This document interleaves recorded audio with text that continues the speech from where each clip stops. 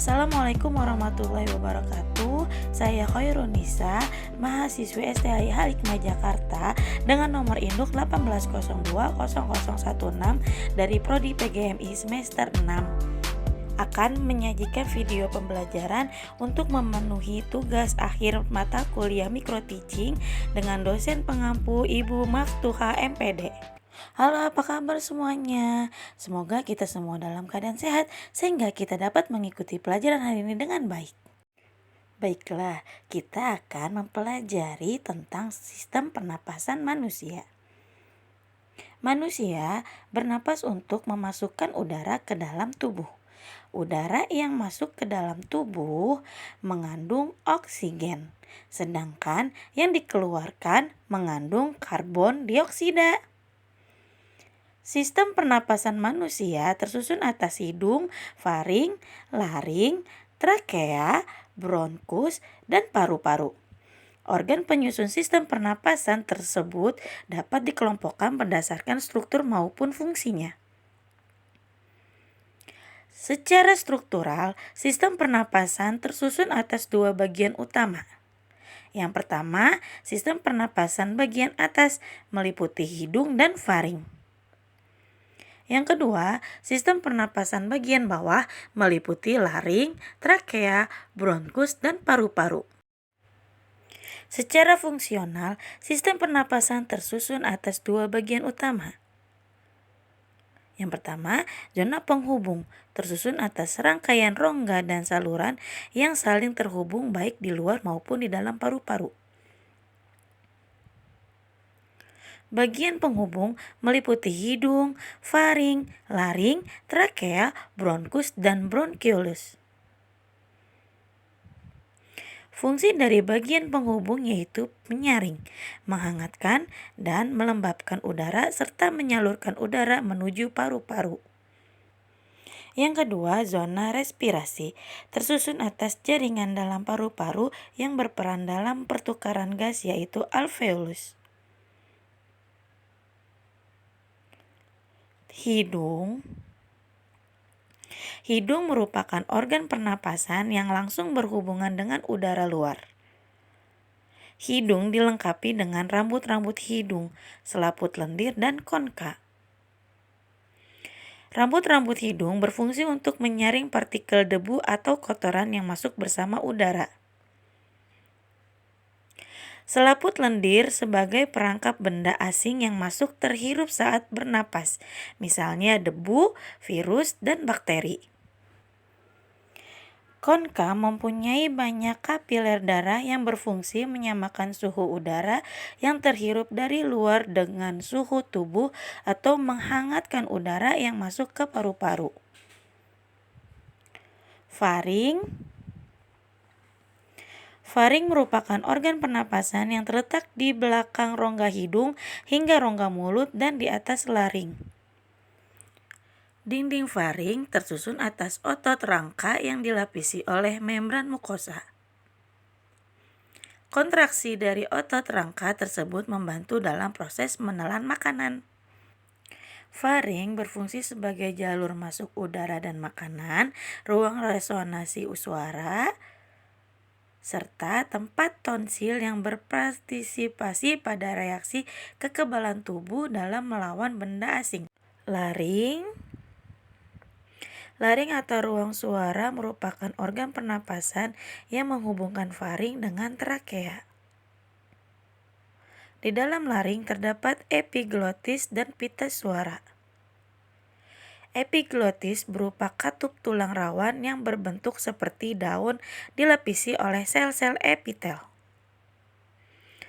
Berfungsi untuk menutup laring sewaktu menelan makanan atau minuman. Apabila ada partikel kecil seperti debu, asap, makanan, atau minuman yang masuk ke dalam laring, akan terjadi refleksi batuk yang berfungsi untuk mengeluarkan partikel tersebut dari laring. Udara yang melewati laring dapat menggetarkan pita suara sehingga dihasilkan gelombang suara. Gelombang suara ini dapat diatur untuk menghasilkan berbagai bunyi dengan cara mengatur kolom udara pada faring, rongga hidung, dan mulut. trakea. Udara yang telah masuk ke laring selanjutnya masuk ke trakea atau batang tenggorokan. Trakea adalah saluran yang menghubungkan laring dengan bronkus. Trakea memiliki panjang sekitar 10-12 cm dengan lebar 2 cm. Dindingnya tersusun dari cincin-cincin tulang rawan dan selaput lendir yang terdiri atas jaringan epitelium bersilia.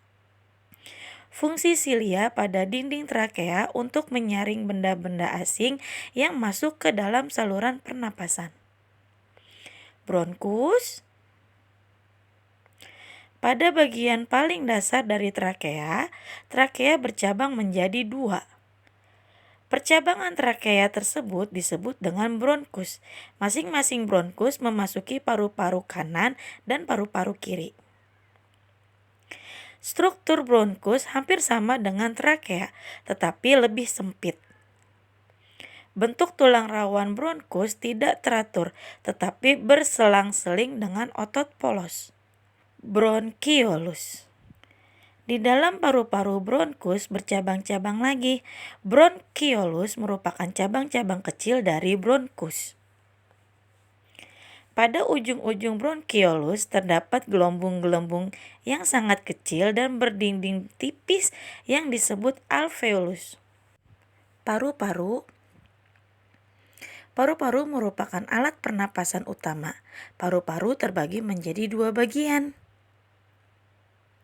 yaitu paru-paru kanan atau pulmodexter yang terdiri atas 3 lobus dan paru-paru kiri atau pulmosinister yang terdiri atas 2 lobus.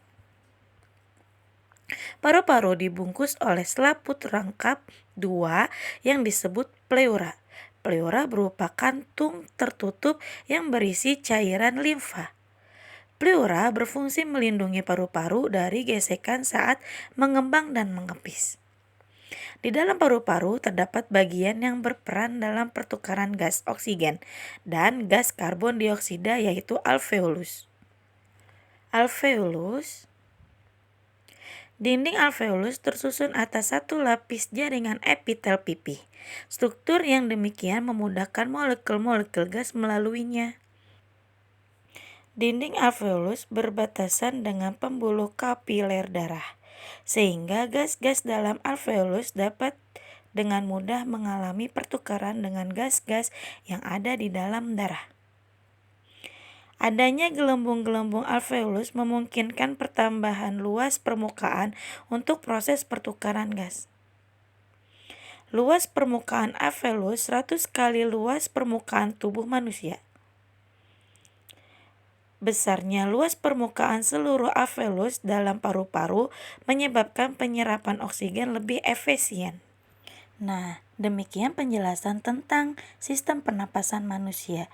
Dari penjelasan tersebut dapat disimpulkan sistem pernapasan manusia terbagi menjadi 2. Yang pertama bagian atas dan yang kedua bagian bawah. Sistem bagian atas ada hidung dan faring.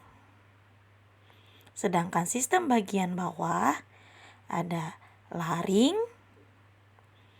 trakea, bronkus, paru-paru, diafragma, dan yang terakhir ada alveolus. Baiklah teman-teman, sekian materi untuk hari ini. Semoga apa yang kalian dapat hari ini dapat bermanfaat. Sampai jumpa. Assalamualaikum warahmatullahi wabarakatuh. Jangan lupa di like ya videonya.